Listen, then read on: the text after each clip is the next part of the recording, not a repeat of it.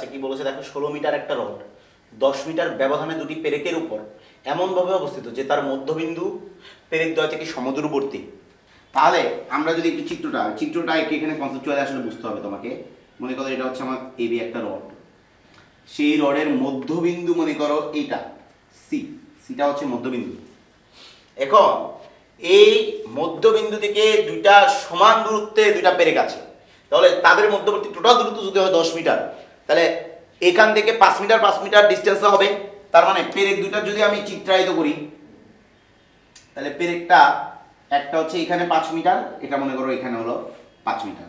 তার মানে একটা পেরেক এইখানে, একটা পেরেক এইখানে। দেখো বন্ধুরা, আমরা এবং এখন মনে হয় দূরত্বগুলো ক্লিয়ার যে এই টোটালটা যদি 10 হয় তাহলে এইটুকু আসলে কত হবে বলো তো? কত হওয়া উচিত? লজিক্যালি 3। কারণ কি? কারণ 10-এর মধ্যে 10 বলছি মানে 16 মিটার যদি হয়, কারণ কি এইটুকু হচ্ছে 5, হ্যাঁ, আর এইটুকু হচ্ছে 3, টোটালটা হচ্ছে 8। কারণ কি 16 মিটারের অর্ধেক, মধ্যবিন্দু হচ্ছে সি।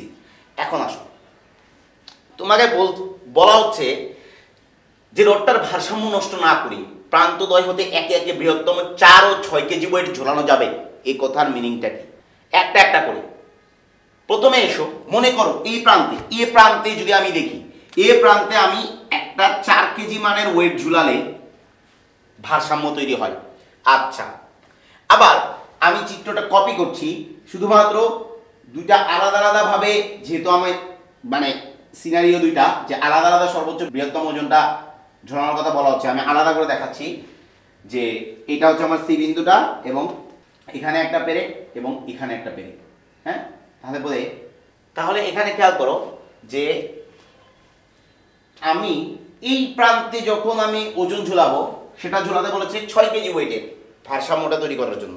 মানে ভারসাম্য নষ্ট না করে তুমি বৃহত্তম 6 কেজি ওয়েট ওই পাশে ঝুলাতে পারো। এখন বন্ধুরা এখান থেকে কিন্তু অনেক কিছু বোঝার আছে। কেন? দেখো, কারণ রডটা 16 মিটারের রড, ওর মধ্যবিন্দু থেকে পেরেক দুটি সমান দূরত্বে অবস্থিত। তার মানে কি বুঝায়? রডটা যদি সুষম একটা রড হয় তাহলে কি দুইটা সমান দূরত্বের পেরেকের উপর সমানভাবে চাপ পড়বে এবং যে দুইটা প্রান্ত সেম ডিস্টেন্সে, পেরেক থেকে ওই দুইটা প্রান্তের ডিস্টেন্স সেম। সো দুইটা প্রান্তে যদি ভারসাম্য তৈরি করতে হয় তাহলে কিন্তু একই ফোর্স দিয়ে ভারসাম্য তৈরি করার কথা। কারণ এই প্রান্তে 4 কেজি ঝুলালে ওই প্রান্তেও দেখা যাবে 4 কেজি ঝুলালে ওই সিচুয়েশনটা তৈরি হচ্ছে, বা এই প্রান্তে 6 কেজি ঝুলালে ওই প্রান্তেও 6 কেজি ঝুলালে সিচুয়েশনটা তৈরি হওয়ার কথা ছিল। কিন্তু বন্ধুরা সিচুয়েশনটা কিন্তু এখানে বলে দেওয়া হচ্ছে যে এই প্রান্তে ভারসাম্যটা তৈরি করার জন্য 4 কেজি ইনাফ, আর এই প্রান্তে যদি তুমি উল্টিয়ে ফেলতে চাও বা উল্টিয়ে ফেলার আগ মুহূর্তটায় বৃহত্তম ওজনটা 6 কেজি দরকার। এইটা থেকে তোমাকে বুঝে নিতে হবে যে এই রডটা আসলে সুষম রড নয়। সুষম রড হলে তার ওজনটা মধ্যবিন্দুতে ক্রিয়া করত, কিন্তু এখানে রডের ওজনটা মধ্যবিন্দুতে ক্রিয়া করছে না। এটা পুরানো সিলেবাসের বইয়ের কথা যদি বলো, সেই বইয়ের মধ্যে একমাত্র এক্সেপশনাল অঙ্ক যেখানে আসলে রডটাই সুষম না। এখানে ওজনের ক্রিয়াবিন্দুটা মধ্যবিন্দুতে কাজ করছে না, এবং ওজনের ক্রিয়াবিন্দুটা কোন পাশে কাজ করছে এটা তোমাকে লজিক্যালি বুঝতে হবে। দেখো বন্ধুরা, কোন পাশে কাজ করছে এটা কিন্তু বোঝা যায়। কিভাবে বোঝা যায়? কারণ এই মাথায় 4 কেজি ঝুলালেই পড়ে যাচ্ছে, আর ওই মাথায় ফেলার জন্য 6 কেজি ওজন ঝুলাতে হচ্ছে। তাহলে বন্ধুরা বলো, কোন মাথায় ওজন অটোমেটিক্যালি একটু বেশি ছিল? মানে আগে থেকেই কোন মাথার ওজনটা বেশি? অবশ্যই এই মাথায় রডের ওজনটা একটু বেশি ছিল। এই কারণেই 4 কেজি দেওয়াতেই জিনিসটা উল্টে যাচ্ছে, কারণ আগে থেকেই কিছু ওজনের মধ্যে বেশি। হ্যাঁ, আর ওই মাথায় ওজনটা কম, এই কারণে ওই মাথায় ফেলার জন্য 4 কেজির চেয়ে আরও বেশি ওজন ঝোলানো লাগতেছে। তাহলে কিন্তু এই কনসেপ্টটা থেকে তুমি বুঝতে পারবে যে রডের ভার কেন্দ্রটা অবশ্যই মধ্যবিন্দু থেকে কোন দিকে সরে আছে? বামে সরে আছে।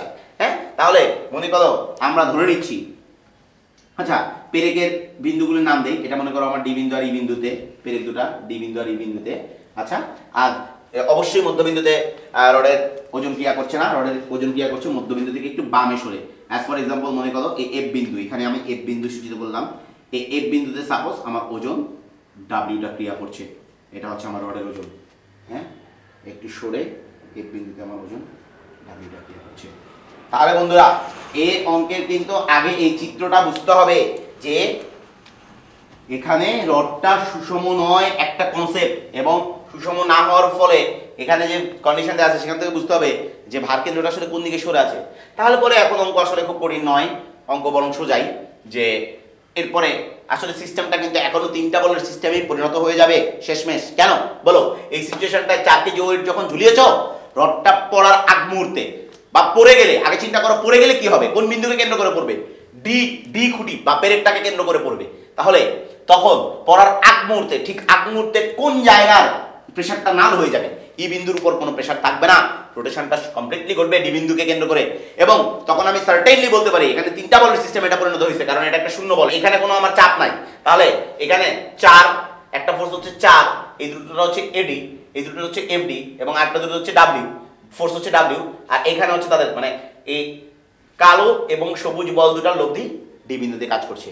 তাহলে আমি এখানে এই কথাটা যদি বলি যে যখন এখানে কি হবে যে এ ও এফ বিন্দুতে ক্রিয়ারত 4 ও ডাব্লিউ এর লব্ধি ডিতে ক্রিয়ারত, তাহলে আমরা সরাসরি এখানে 3 বলের সিস্টেমে আমরা মোমেন্ট ইউজ না করে সরাসরি বলে দিতে পারি যে 4 ইন্টু এডি ইকুয়াল টু কত হবে বলো তো, ডাব্লিউ ইন্টু এফডি। তাহলে বন্ধুরা একটা জিনিস যে আমি অঙ্কটা করার সুবিধাতে যে কাজটা করছি সেটা হচ্ছে মধ্যবিন্দু যদি সি হয়, সেই সি থেকে এফটা একটু ডেভিয়েটেড না, এই ডেভিয়েশনটা ধরে নিচ্ছি, মনে করলাম এইটুকু দূরত্ব হচ্ছে আমার এক্স, ডেভিয়েশনটা মানে কত দূরে অবস্থা, মধ্যবিন্দু থেকে কতখানি ডেভিয়েটেড আমার ভার কেন্দ্রটা, সেই দূরত্বটাকে আমি ধরে নিচ্ছি এক্স সুবিধাতে। এখন বলো 4 ইন্টু এডি, দেখো তো বন্ধুরা বোঝো কিনা, এডি মানে কত? এডি মানে কিন্তু এক্স্যাক্টলি এই দূরত্বটা, মানে পেরেক দুইটা থেকে কিন্তু প্রান্তবিন্দু সমান দূরত্ব, এটা যদি 3 হয় এটাও কি হবে বলো তো 3, তাহলে 4 into 3 equal to W into FD. FD মানে কোন দূরত্বটা? এই দূরত্বটা। বন্ধুরা দেখো তো এই দূরত্বটা টোটালটা হচ্ছে, এই টোটাল দূরত্বটা হচ্ছে 5, এই টোটাল দূরত্বটা হচ্ছে 5। আচ্ছা আমি টোটালি লিখে দিলাম, এই টোটাল দূরত্বটা 5, 5 এর মধ্যে এইটুকু x হয়ে গেছে। তাহলে কি আমি বলতে পারি যে এফডি দূরত্বটা হবে 5 মাইনাস x? হ্যাঁ অবশ্যই বলতে পারি। তাহলে দেখো 5 মাইনাস x, তাহলে এখান থেকে আমি পাচ্ছি হ্যাঁ ডাব্লিউ ইন্টু 5 মাইনাস x, এই ভ্যালুটা হচ্ছে আমার আসছে 12। এটা মনে করো তোমার 1 নাম্বার ইকুয়েশন। তাহলে সিমিলারলি ওই প্রান্তে যখন বস্তুটা ঝোলাবে ওখানে যে ভারসাম্যটা তৈরি হবে, সেই ভারসাম্যটাকে আমি কিভাবে বর্ণনা করতে পারি? সেই ভারসাম্যটাকে আমি এইভাবে বর্ণনা করতে পারি, তখন ডি এর উপর আমার চারটা কি হয়ে যাবে? শূন্য হয়ে যাবে, এবং 3টা ফোর্সের সিস্টেমে পরিণত হবে, যেখানে একটা ফোর্স ডাব্লিউ, একটা ফোর্স 6, আর এদের লব্ধি কাজ করছে অবশ্যই কোথায়?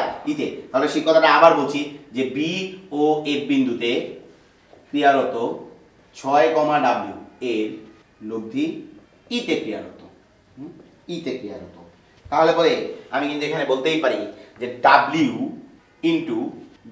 ইন্টু ইএফ, হ্যাঁ বা এফই যেটাই বলো, equal to 6 into BE, FE আর বিই, এফই আর বিই এটাই বলি, তাহলে ভালো শোনায়। তাহলে ডাব্লিউ ইন্টু এফই, দেখো তো বন্ধুরা এফই দূরত্বটা বুঝতে পারবে না?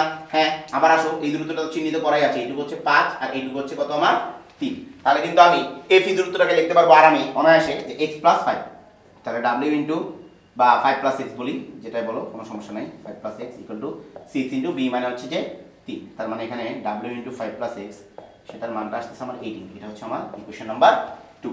তাহলে বন্ধুরা এখন তোমার টার্গেট কি? তোমার টার্গেট হচ্ছে লব্ধির ক্রিয়াবিন্দুর অবস্থান বের করা, আই মিন x এর মান বের করা এবং w এর মান বের করা।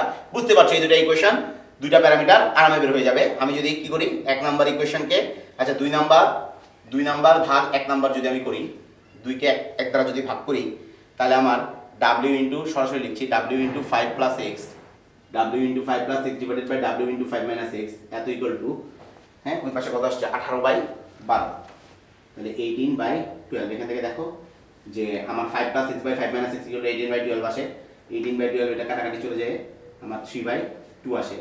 তাহলে আচ্ছা এত মাইনাস x ইকুয়াল টু 3/2, যোজন বিয়োজন করব আমরা, তাহলে উপরে যোজন করলে হচ্ছে 5/x এই জিনিসটা থাকবে, আর এই পাশে হচ্ছে যে যোজন বিয়োজন করলে 5/1 থাকবে, 5 কাটা, সো x এর মান চলে আসছে 1। দেখো বন্ধুরা আমরা x এর মানটা বের করতে পেরেছি, তাহলে কিন্তু আমরা আসলে ওজনের ক্রিয়াবিন্দুটা বের করতে সক্ষম হব। আচ্ছা আর এই x এর মানটা যে কোনো একটার মধ্যে বসিয়ে দাও, যে কোনো একটা ইকুয়েশনে, মনে করো আমি যদি 2 নাম্বার ইকুয়েশনে বসাই, 2 নাম্বার ইকুয়েশন হতে তুমি কি পাচ্ছ? 2 নাম্বার ইকুয়েশনে w into 5 plus 1 equal to 18, তাহলে এখান থেকে দেখো w ইকুয়াল টু 18 বাই এত মানে 3। তার মানে এখান থেকে বন্ধুরা এই x এর মান 1, এটা যেমন আমার কাঙ্ক্ষিত একটা জিনিস, আর w equal to 3 KG weight, এটা এটা কিন্তু আমার রডের ওজন বের হয়ে গেল, তাই না? এটা হচ্ছে ওজনটা। আর x = 1 বের হওয়ার ফলে কিন্তু আমি লব্ধির অবস্থানটা বলতে পারবো। কারণ বন্ধুরা তুমি বুঝতে পারছো, এইটুকু যদি আমার 1 হয় তাহলে আমি কিন্তু বলতে পারি এ বিন্দু থেকে ও কত মিটার দূরত্ব আছে বলো তো? 7 মিটার দূরত্ব আছে। কেন? কারণ সি বিন্দুর দূরত্ব এখান থেকে পুরো 8 মিটার, তার মধ্যে 1 মিটার চলে আসছে, তাহলে এইটুকু হচ্ছে 7 মিটার। তাহলে এ বিন্দু থেকে 7 মিটার বলতে পারো, অথবা বি বিন্দু থেকে 9 মিটার দূরত্বে অবস্থিত, যে কোনোটা বলতে পারো। সো এখান থেকে আমরা কি কি বের করতে সক্ষম হলাম? রডের ওজনও বের করতে সক্ষম হলাম এবং রডের ক্রিয়াবিন্দুর অবস্থানও বের করতে সক্ষম হলাম।